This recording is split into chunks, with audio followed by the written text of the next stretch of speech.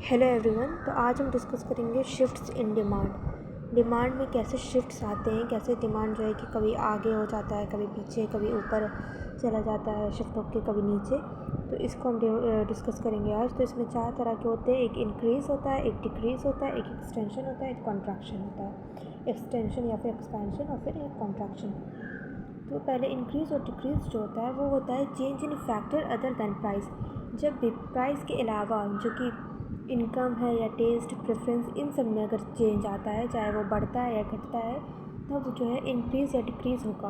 और वही जब चेंज इन प्राइस होगा, जब प्राइस में कोई चेंज आएगा, तो उसमें एक्सटेंशन और कॉन्ट्रैक्शन होता है। जब जैसे कि सिर्फ प्राइस में आता है और इनकम और टेस्ट और प्रेफरेंस ये सब सारे कांस्टेंट रहते हैं, बस प्राइस में चेंज आ रहा है, चाहे वो बढ़ रहा है या घट रहा है, तो होगा एक्सटेंशन और कॉन्ट्रैक्शन। और जब प्राइस के अलावा जो अदर चीज़ हैं जैसे कि इनकम है और टेस्ट प्रेफरेंस, तब हो जाता है इंक्रीज़ और डिक्रीज़। तो सबसे पहले है इंक्रीज़। इंक्रीज़ में क्या होता है, when consumer income taste preferences increases but price is constant of the good. वही चीज़ है कि इंक्रीज़ में क्या होगा, जब कंज्यूमर का इनकम है, टेस्ट है, प्रेफरेंस है, ये सब बढ़ेगा। इंक्रीज़ है तो बढ़ेगा, मगर प्राइस जो है कि कांस्टेंट रहना चाहिए। सिर्फ इनकम, टेस्ट और प्रेफरेंसेस ये सारी चीज़ें जब बढ़ेंगी तो हो जाता है इंक्रीज़ इन डिमांड।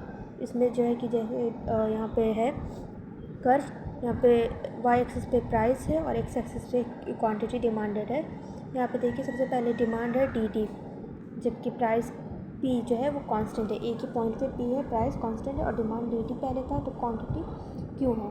उसके बाद फिर वही इनकम बढ़ गई, या फिर टेस्ट बढ़ गया कोई चीज़ में, या फिर उसका प्रेफरेंस बढ़ गया उस कंज्यूमर का, उसको और अच्छी लगने लगी वो चीज़, या फिर उसकी इनकम बढ़ गई, या ये सारी चीज़ें हो गई, तो डिमांड कहाँ से शिफ्ट हो जाएगा, डी से हो जाएगा शिफ्ट डी डैश से। देखिए क्वांटिटी इंक्रीज़ हो गई क्यू से क्यू डैश तक, क्यू से क्यू डैश तक क्वांटिटी इंक्रीज़ हो गई, इसका डिमांड बढ़ गया, मगर प्राइस जो है कि वो कांस्टेंट ही है, प्राइस पी ही है, प्राइस में कोई भी चेंज नहीं आ रहा है। सिर्फ उसकी इनकम बढ़ रही है, उस चीज़ के लिए उसका टेस्ट बढ़ रहा है या प्रेफरेंस बढ़ रहा है, तो इसीलिए क्वांटिटी इंक्रीज़ हो रही है क्यू से क्यू डैश तक। इसलिए ये अपवर्ड शिफ्ट हो रहा है डी से डी डैश तक। ये अपवर्ड शिफ्ट हुआ तो डिमांड इंक्रीजेज फ्रॉम क्यू से क्यू डैश तक, इसी को कहते हैं इंक्रीज़ इन डिमांड।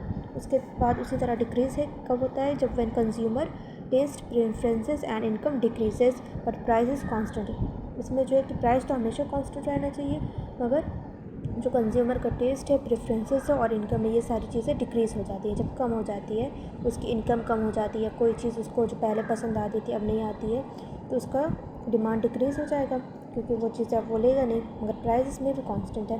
तो पी इसी तरह वाई एक्सिस पे प्राइस है और एक्स एक्सिस पे क्वांटिटी है।